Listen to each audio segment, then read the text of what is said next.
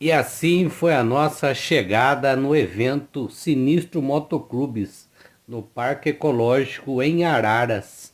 Ei, Menzão, o que você achou do evento que foi lá em Araras? Foi maravilhoso, um evento sensacional.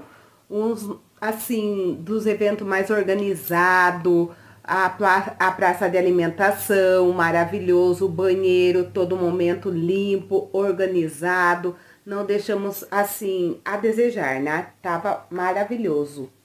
Ah, que bom, Menzão, que joia.